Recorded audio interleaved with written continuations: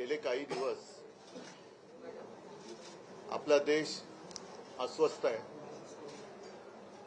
आणि याचं कारण आपल्याला सगळ्यांना माहिती आहे.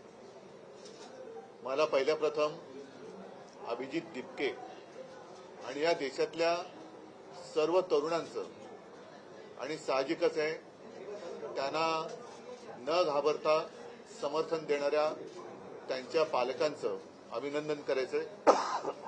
कारण हा विषय केवळ एका राजीनाम्यापुरता मर्यादित नव्हता.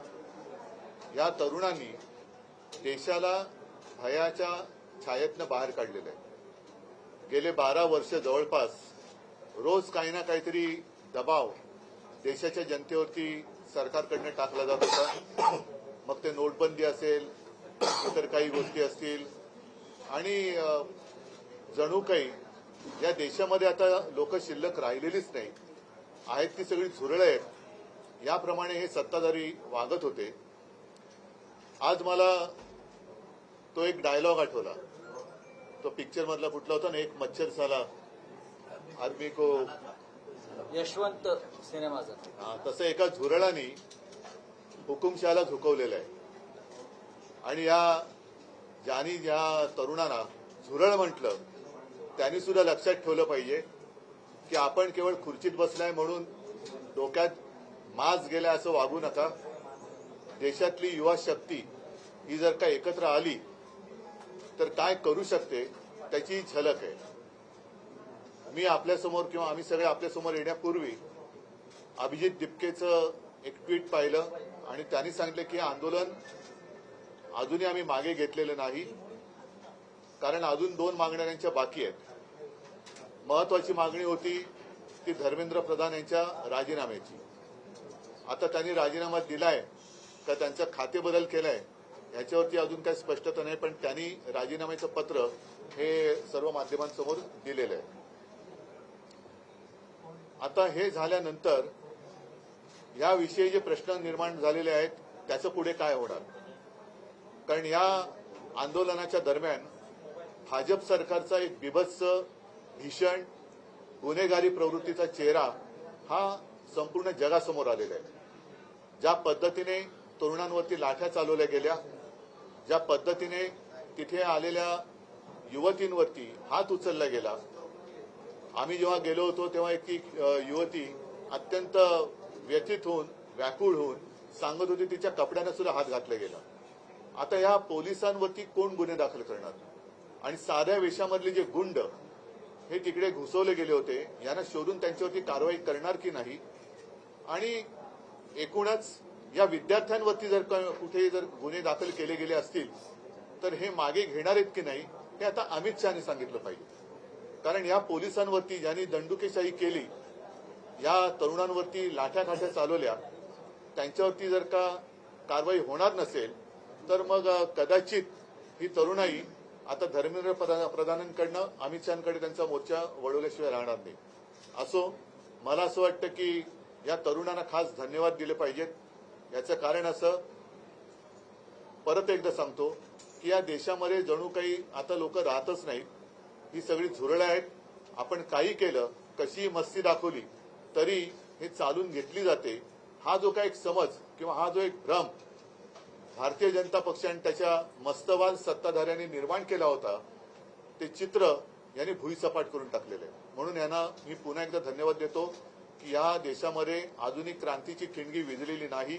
आधुनिक क्रांतिकारक जन्माला येऊ शकतात, त्याची एक चुणूक या निमित्ताने संपूर्ण जगाला आपल्या देशातल्या तरुणांनी दाखवून दिलेली आहे. उद्याचा मार्च आहे, हा नक्की होणार आहे.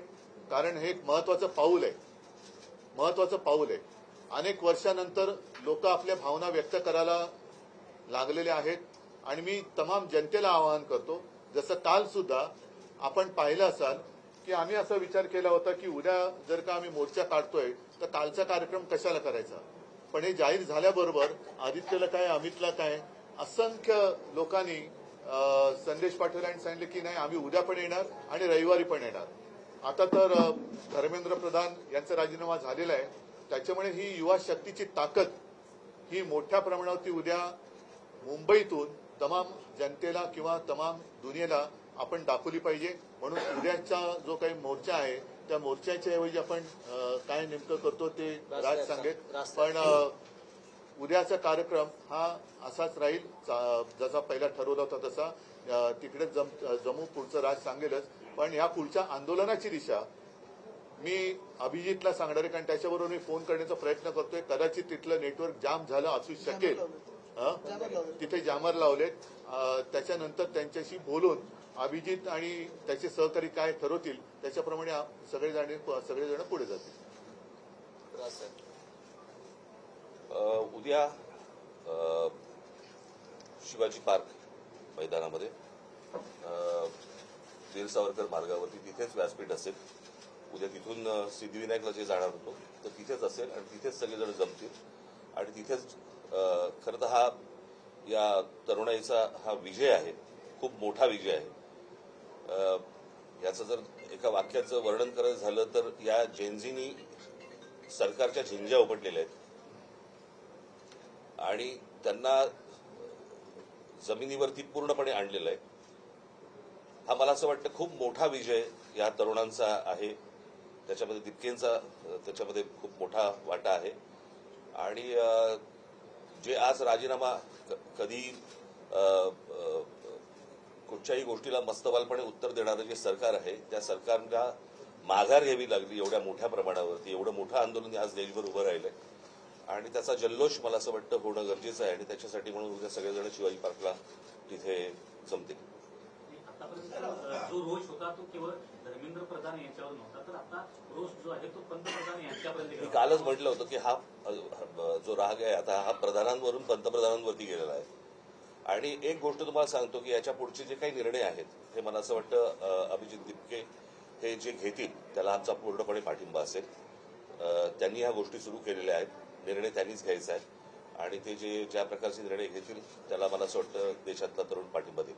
साहेब, ही घटना राजीनाम्याचं पत्र दिल्यानंतर देवेंद्र फडणवीसांना अमित शहानी दिल्लीत बोलावून घेतलेलं आहे. कदाचित महाराष्ट्रामधून पुढचा शिक्षण मंत्री असण्याची शक्यता वर्तवली जाते. तर याच्यावरती तातडीनं बोलवून घेतलं. तुम्हाला काय वाटतं? तुम्हाला जेवढी बातमी कळली तेवढीच आम्हाला कळली. ह्याच्या पलीकडे आम्हाला काहीच माहित नाही. राजसाहेब आणि उद्धवजी, तुम्ही महाराष्ट्रातले प्रमुख राजकारणी आहात.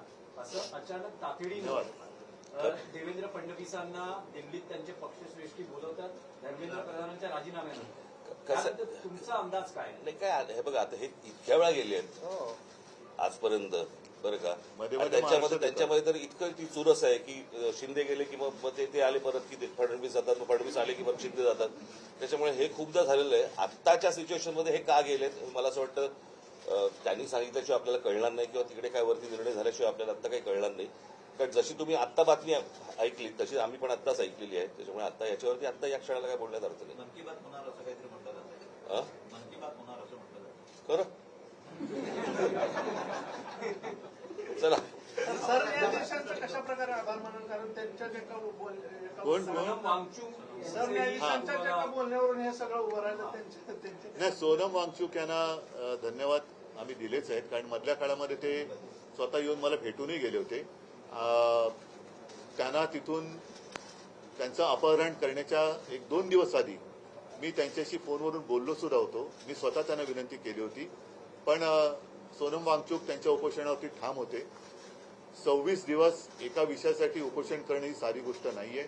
आणि ज्यांनी या युवकांच्या पाठी आपली शक्ती उभी केली त्या सगळ्यांना मी धन्यवाद देतो. आणि एक गोष्ट नक्की की आता यापुढे या देशात आपण हुकुमशाही करू शकत नाही, आणू शकत नाही, हे ह्या एका घटनेने अधोरेखित झालेलं आहे.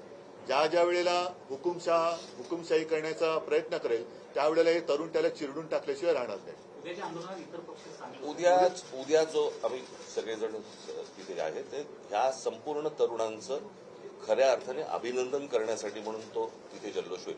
पक्षाचे कार्यकर्ते पत्रामध्ये त्यांनी उल्लेख केला आहे की मी कधी असा विचार करत होते की मुलांचं भविष्य खराब व्हावं. जे माफी आहे त्याच्या अजून तर कधीच मी विचार करत होते की मुलांचं भविष्य खराब व्हावं. प्रधान यांनी राजीनामा पत्र देताना मी तुम्हाला एक गोष्ट सांगतो, कदाचित तुम्हाला माहिती असेल, याच्या अगोदर ज्या वेळेला भारतीय जनता पक्ष ज्याला विरोधी पक्षामध्ये होतं